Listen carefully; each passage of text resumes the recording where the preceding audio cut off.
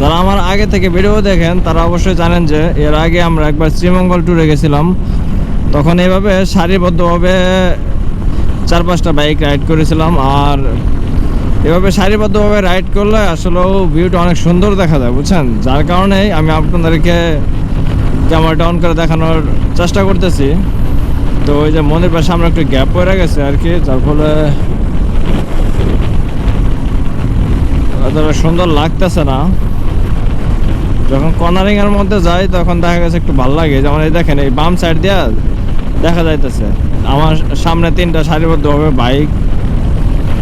এই জিনিসটা আমার কাছে ভালো লাগে, বুঝছেন। বাইকের মজাই এইটা, বাইকাররা বাইক রাইড করবে, বাইক রাইডকে এনজয় করবে, এটাই হলো মজা। তা না হলে আমরা এত দূরে 400 কিলোমিটার রাইড করে এই কক্সবাজারে আসার কোনো মানে হয় না। দেখেন একদম সারিবদ্ধভাবে আমরা রাইড করে যাচ্ছি। এখন ডানে বামে একটা কর্নারিং, এটা হচ্ছে কক্সবাজার রোড, বুঝছেন। এখান থেকে কক্সবাজার আছে হচ্ছে আর মাত্র 60 কিলোমিটার, 60 থেকে 65 কিলোমিটার হবে আর কি। আর এই রাস্তাটাও অনেক সুন্দর, তবে কিছু কিছু বাস আছে যেগুলো আপনার একটু ঝামেলা করে। যেমন এই রোডে আপনার মার্সা নামে একটা বাস আছে, এই বাসটা একটু প্যারা দেয় আর কি মাঝে মাঝে, কারণ রাস্তা ব্লক করে একদম চলে, যার ফলে ঝামেলা হয়ে যায়। এই যার একটা সাপড়ি যাইতেছে, মনে করেন পেছনের তো হেলমেট নাই, আবার আমাদেরকে ওভারটেক করার চেষ্টা করতেছে। কি একটা অবস্থা, কোনো দরকার আছে? তুই যা, রিল্যাক্সে যা, প্যারা নেওয়ার দরকার কি রে ভাই। এই কক্সবাজার রোডে যারা আসবেন তারা অবশ্যই হেলমেট পরে আসার চেষ্টা করবেন। দেখ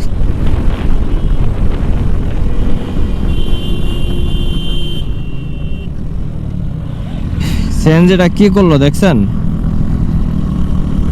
এর ফলে বলি যে এরা মার্সা বাসও মাঝে মাঝে এরকম করে আর কি। সিএনজিটা একদম এই সাইড দিয়ে ওভারটেক করতে ছিল, যার ফলে রাস্তা ব্লক হয়ে গেছিল, আমাদের হুট করে ব্রেক করা লাগছে। অনেক সময় দেখা গেছে এই রাস্তায় ভিজা থাকে, তখন তো এইভাবে ব্রেক করলে স্লিপ খেয়ে পড়ার একটা সম্ভাবনা থাকে। আর যেগুলো বলতেছিলাম আর কি, যারা এই রাস্তায় বাইক রাইড করবেন তারা অবশ্যই হেলমেট পরে বাইক রাইড করবেন, সেফটি গার্ড সব কিছুই মেনটেন করে বাইক রাইড করবেন। কারণ ওয়ান ওয়ে রাস্তা তো দেখা গেছে এই এক রাস্তা দিয়েই যানবাহন আসা যাওয়া করে, অ্যাক্সিডেন্ট হওয়ার সম্ভাবনা একটু বেশি থাকে। তাই সেফটি গিয়ার হেলমেট সব কিছু মেনটেন করে বাইক চালাবেন, আর যতটুকু সম্ভব সেফ রাইড করার চেষ্টা করবেন। আসলে বাইক রাইড করে এত দূরে যাসি না, এই বাইক রাইডটাকে আমি এনজয় করি।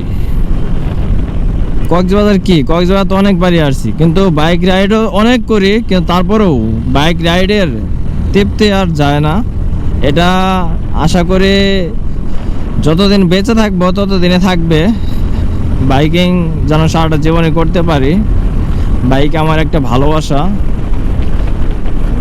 এই যে কুকুর ছাগল এগুলো কিন্তু ব্যাপক ঝামেলা করে, কারণ যখন বাইকের স্পিড 70 থেকে 80 তখন কিন্তু দেখা গেছে কন্ট্রোল করাটাও ঝামেলা। আর হুট করে যখন একটা ছাগল রাস্তার মাঝখান দিয়ে দৌড় দিবে তখন কিন্তু হুট করে ব্রেক করা যাবে না, আস্তে ধীরে ব্রেক করা লাগবে, তা না হলে কিন্তু আপনি পড়ে যাবেন।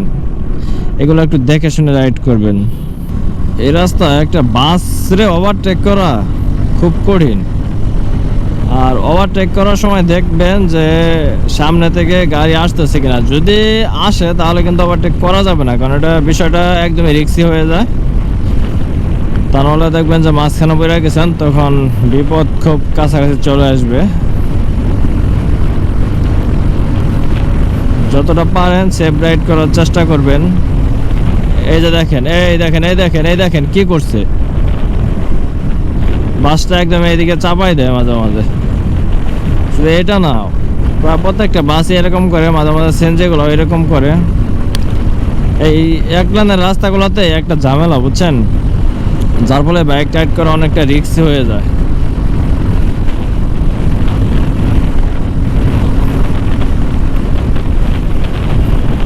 আর মাঝে মাঝে হুটহাট সিএনজি এগুলো তো ব্রেক করেই, খুব প্যারাদায়ক রাইড। তবে ভালো তখনই লাগে যখন এই ধরনের একটা কর্নারিং আসে আর সবাই আমরা এভাবে সারিবদ্ধভাবে কর্নারিং করি, তখনই ভালো লাগে। এটাই বাইকিংয়ের মজা, বাইক রাইডের মজা। এখন এই যে ডানে কর্নারিং দেখবেন, সবাই এই যে সারিবদ্ধভাবে কীভাবে যাইতেছে দেখছেন, এইটাই মজা, এটাই মজা, বাইক রাইডটাই মজা। বাইক রাইড করে কোথায় যাচ্ছে সেটা বড় কথা না, বাইক রাইড করতেছে সেটাই বড় কথা।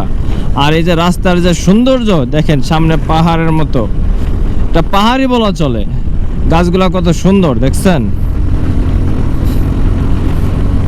এত সুন্দর প্রকৃতির মাঝে আমরা একটা সুন্দর রাস্তা দিয়ে রাইড করি, এটাই মজা লাগে, আর কোনো কিছু না। এটা আগেও বলছি যে কক্সবাজার কিন্তু অনেক আসছি, এই রাস্তাতে অনেক আসছি, কিন্তু এই রাস্তাতে রাইড করার যে একটা তৃপ্তি, এই তৃপ্তিটা আর যায় না।